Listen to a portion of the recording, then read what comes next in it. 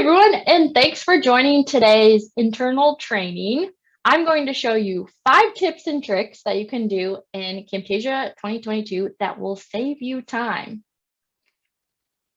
All right, so first one is that this is just general. It will save you time in the long run, even if at first you might have to check in your settings to see what they are.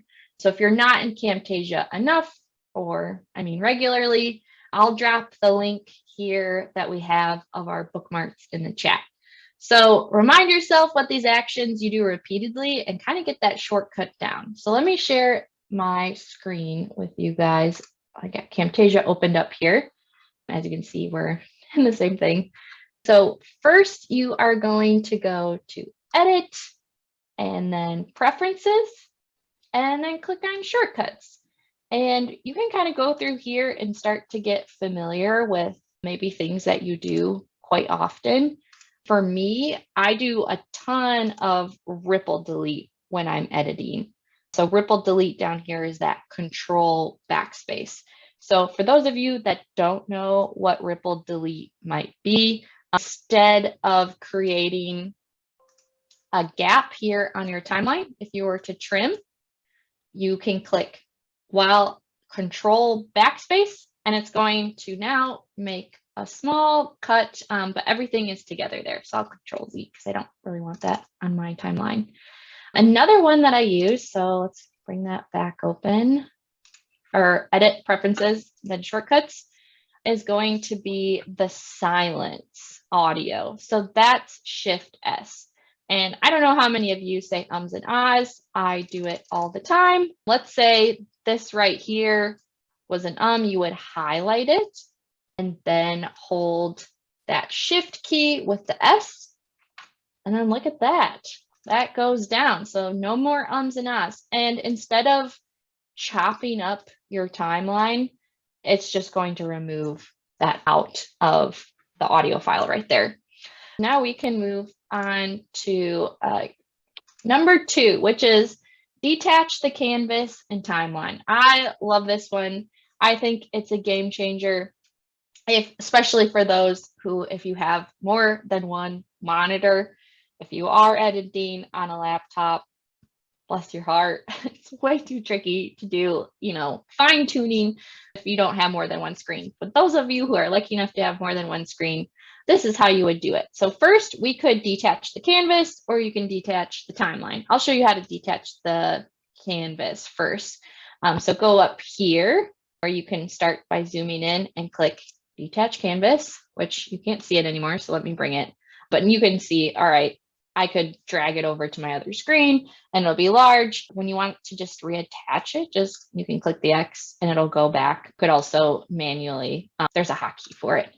My favorite thing though, because I'm usually going into like the audio file, is detaching the timeline, which is a right click. Oh, won't let me do it.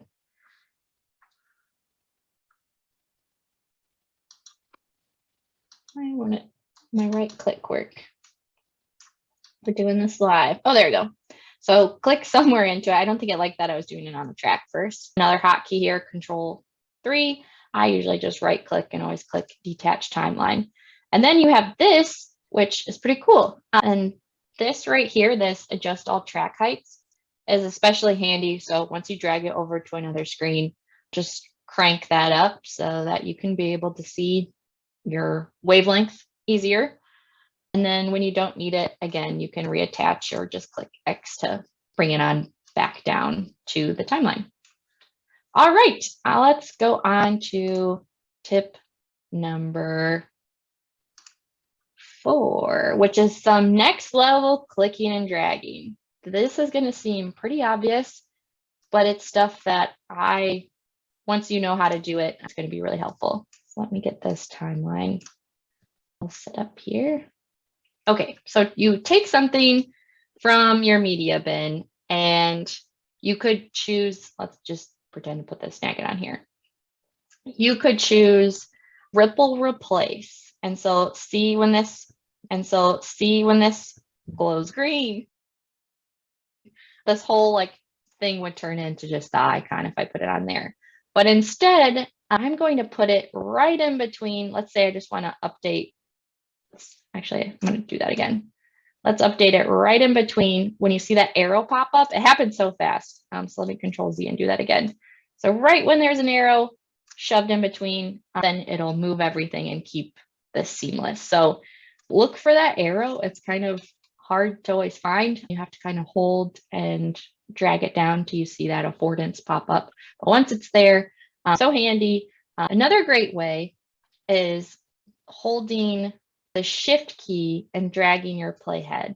So let's say I want to move these icons apart and insert something else. So while holding the Shift key, I'm going to click on this playhead and drag apart, which again, you could use Ripple Delete to move everything, but to keep everything in sync with all the other tracks instead of just one track, using this Shift playhead is going to save you hopefully a ton of time. And let's move to making color themes. And for some of you, branding is so important. And once you set up a color theme once, this is the easiest way to keep your videos looking professional and on brand with pretty much no effort. So let's set it up first so that it could be easier. If you have our sister product, Snagit, she's great for stuff like this because we also have similar themes in there that you can set up your themes in Snagit for your screenshots and then set up your themes in Camtasia for your videos. So let's go to File, Manage Themes, and let's create one for webinar. So I'm going to click this new theme and I'm going to call it webinar and click OK. So now it shows some colors, and this is when we want to start changing our colors, we'll use the eyedropper tool and click on that and just kind of go through with the eyedropper tool of what visually makes sense here, because some of this you can't really see right now as I'm going through this quickly. And you can even down here in the annotation background, if one of the colors doesn't make sense or it chose, let's say, like an accent color instead of your main colors, you can kind of switch around with this until it makes sense for you. And there's even a bit more that you can do. So we can even change with now the fonts. So let me go ahead and click Save, Manage Themes. All right, so we were just on colors. Now let's go to fonts. And I see a lot of people out in the wild will never change this, but I'm going to use our font colors, which they don't say it on here. Oh, maybe they do. No, they don't. Which is Museo. So I'll just type this in, Museo Sans. And we also have a secondary one. This one's called Proxima Nova. And I can also now update the logo, which I'll just grab Audiate since that's the colors we're using. So look at how nice that looks. Very minimal effort. Again, maybe I would change this to a more accessible color instead of purple on that orange. But just for now, this is good enough. So I'll click Save. And you can now apply that theme. So next time, instead of dragging a call out and having to change the color every time, just create a theme and then you're done. The last time-saving tip is building a library. And kind of similar to creating a theme, once you are churning out a lot of content, there's going to be a lot in there. So it might be helpful to have some type of library management system so that if you are going back for like the same intro or the same outro, or you've created a template, it's a great way to start managing your file. So let's say I want to add a custom intro at the beginning. And once I tweak it, then I can easily save it to my library and reuse it. So I'm going to start, let's say I don't see anything I really like.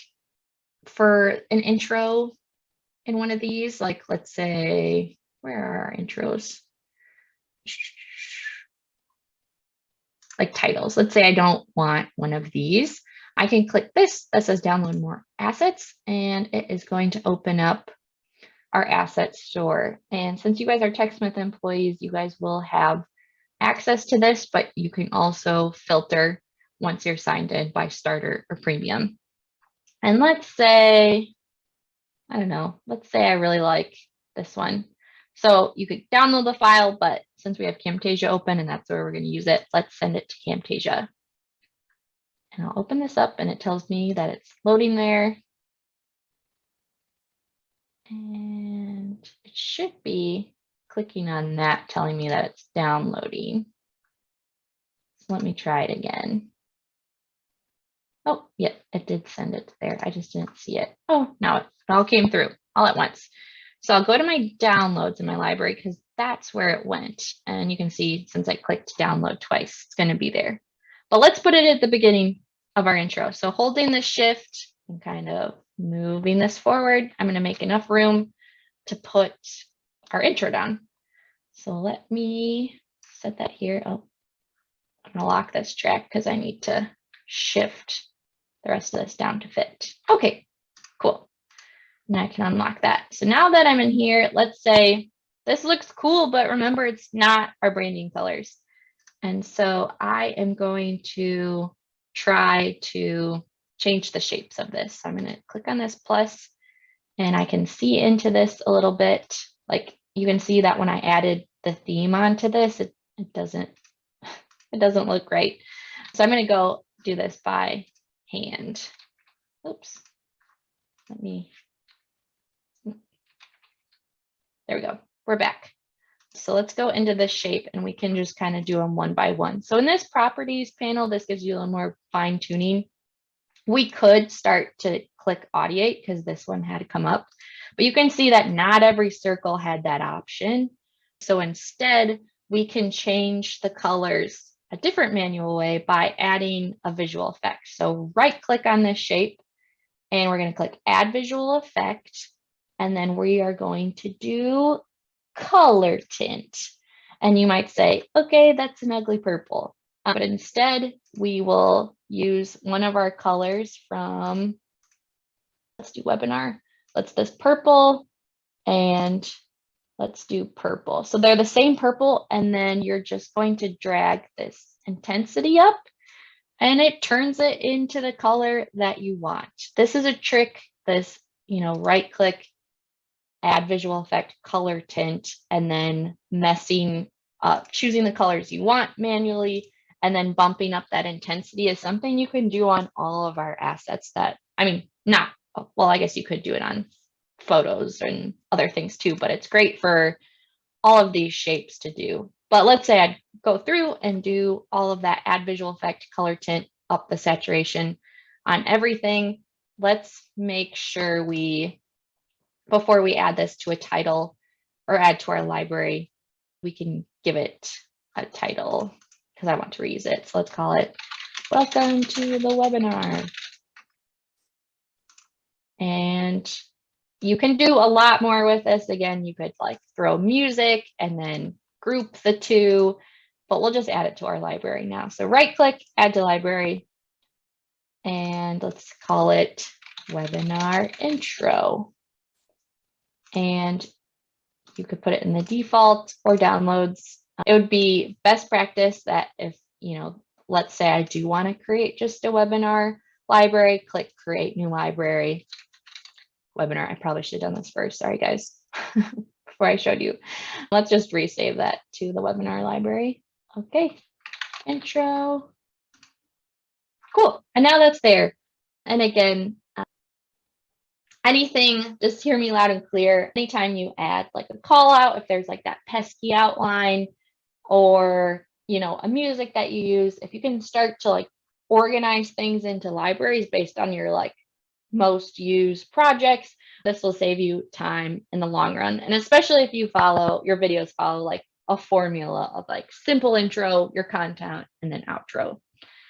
Anyways, that's all for today. So thanks so much for being attentive listeners. If you guys are interested in more great content, check out our tutorials page on Techsmith and go through our Camtasia certification course. Or you can even scroll our YouTube. So we have a new project-based learning on our website that folks have been loving there. So you can follow along and build a Camtasia project.